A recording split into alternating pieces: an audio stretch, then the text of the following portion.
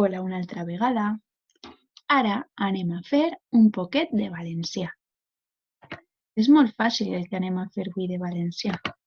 Així que no vos preocupeu. Mireu, anem a posar la pàgina 168 i 169. Una centena, 6 desenes i 8 unitats. I la del costat, que és una centena, 6 desenes i 9 unitats. Sí? Esta pàgina es titula Zona Rodaparaules i ens porta un poquet de vocabulari de noms d'animals. Hi ha alguns que són superfàcils i els sabreu molt bé. I altres que la parauleta és un poc més difícil, però jo vos donaré alguna pista per a que sapigueu de quin animal es tracta. Mireu, la primera diu: escriu cada nom on correspon. Sí? Hem de llegir primer totes aquestes paraules. Ara li podeu donar a pausa i llegir totes les paraules. Segur que la primera vegada que les llegiu ja sabeu on va algun d'aquests animals. Llegim cada paraula i mirem totes les imatges per veure si sabem el nom d'aquests animals. Per exemple, tigre és molt facilet, veritat? Si ja sabem on va tigre, l'escrivim baix. Al costat ens ve libèl·lula. Libèl·lula es diu igual en castellà, així és que solament hem de buscar una libèl·lula entre estos dibuixos. La tercera paraula, l'heu llegida? Què diu? Balena, veritat? Balena no és igual que en castellà, però quasi. De segur que sabeu on està la balena. I ara venen 3 parauletes que són un poc més difícils. La primera és, llegiu-la bé, saltamartí. Saltamartí. Fixeu-se bé en la primera part de la paraula. Ens diu saltamartí. Si és un animal que es diu saltamartí, no se vos ocorre quin d'aquests pot ser? Està donant-nos una pista. Diu que salta. En castellà és el saltamontes. En valencià es diu saltamartí. La següent diu mussol.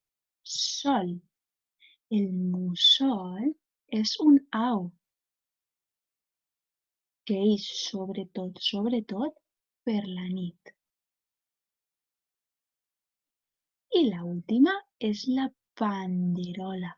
La panderola és un insecte que a mi me fa molt d'asco, no m'agrada gens.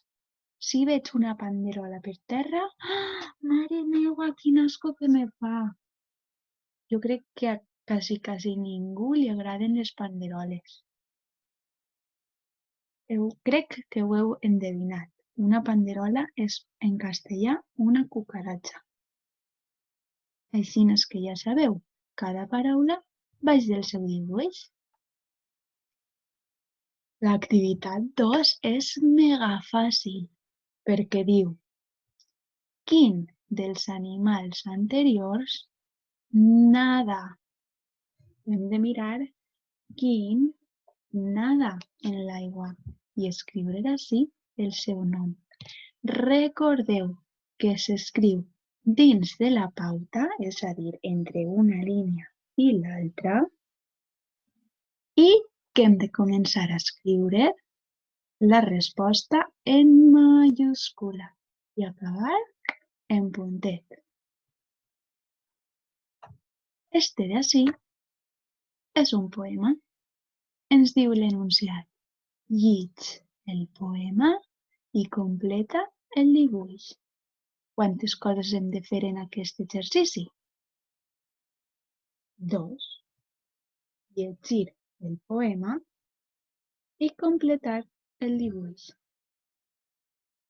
Ara, podeu llegir vosaltres soles el poema. I vos dono una pista. La farigola és esta planta d'ací. En castellà es diu tomillo. I el poema parla d'un insecte, que és este. Us recordeu de l'abelleta Roseta, que algun dia vos vaig portar a classe? Pues ale, ja sabeu què heu de fer en l'activitat 3. 1. Llig el poema i 2. Completa el dibuix. Mireu a veure què falta en este dibuix d'ací de lo que parla el poema. Val. Una vegada acabem la pàgina 68, anirem a la pàgina 69, que tracta d'organitzar la ment i de recordar les coses que hem après en esta unitat. Llig i completa. Les paraules poden estar en singular si solament hi ha un element o en plural si hi ha més d'un, per exemple, 2, 3, 4. Si hi ha un element, està en singular. Si hi ha més d'un, està en plural. Per exemple, jo tinc ací un llapis. Si en tinguera molts, estaria en plural, però un llapis, solament un, està en singular. Així hem de completar el nom d'estos insectes, que se'l sabeu vosaltres superbé, que sí? Recordeu com es diu este insecte? Comença per la P.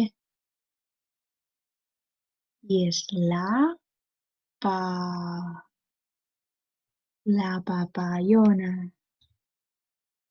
Com solament hi ha una, està en singular. La papallona. Si ara anem al plural, vegem les... Això què són? Abelles. Si solament hi ha una, és la abella. L'abella. Si hi ha més d'una, com en este dibuixet, tenim les abelles. ¿Vale? I en l'últim, col·leccione paraules, ens recorda. Les abelles viuen en un rusc. Això ho vam llegir en el text que vam fer un dels últims dies. Relaciona cada animal amb el lloc on viu. Què diu la primera paraula? Ocell. Un ocell és un pájaro. Mireu a veure on viu l'ocell. A un cau, a un formiguer o a un niu. I li fem una fletxa. El segon és un os. Un os molt fàcil. És un oso. Un os. Podeu tornar a llegir les paraules cau, formiguer i niu i pensar on viu l'os. I per últim tenim la formiga. Molt fàcil. Formiga es pareix molt a una d'aquestes paraules. On viu la formiga? Penseu-ho vosaltres. Molt bé. Jo ara em despedisc, junt amb la meva amiga Roseta, de vosaltres. i espero que us hagi servit d'ajuda el meu vídeo. Una besadeta!